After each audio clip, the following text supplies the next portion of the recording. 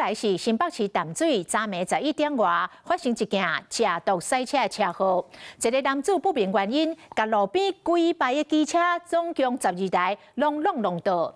警方到场发现伊马西，就当场甲做毒品的快胎，果然有食毒是阳性，佫伫伊的身躯顶超出着3粒的松石烟弹。 路里的车是来去，一只黑色的修理车看起来怪怪，后一秒直接到路边几排机车弄落。换一个角度看，修理车是无讲无答，直接到路边的车辆弄落。后边驾驶看到就赶紧改道来行，警方接到通报到场，发现吊水驾驶有过样。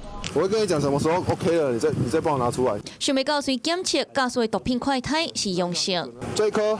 烟弹阳性反应哦。面对环境，驾驶国际扣扣，警方事后佫伫伊的身躯顶找到毒品，随甲驾驶带回去。我的那个后轮好像也跟刚刚啊，对，好像对粘在一起了。我本来我这个是新装没多久，真的是很倒霉。 事发的过当天来看机车的车主根本就唔知影前一暗到底发生什么代志，看到车辆无够受损，就讲实在有够衰。独家的车祸发生伫咧昨暗时11点外，新北市淡水新村街，现场涂骹拢是车辆的碎片，未少互弄的机车拢打警局的通知单。根据了解，肇事的32岁李姓查甫人，当时伫咧北新路朋友引导聚会，准备要转去经过新村街时，家己弄到路边几排机车，造成12架机车受损。警方到场发现伊人精神无清楚，对做毒品的快胎是阳性，佮查到毒品3粒松石分弹，查甫人后续马上移送法办。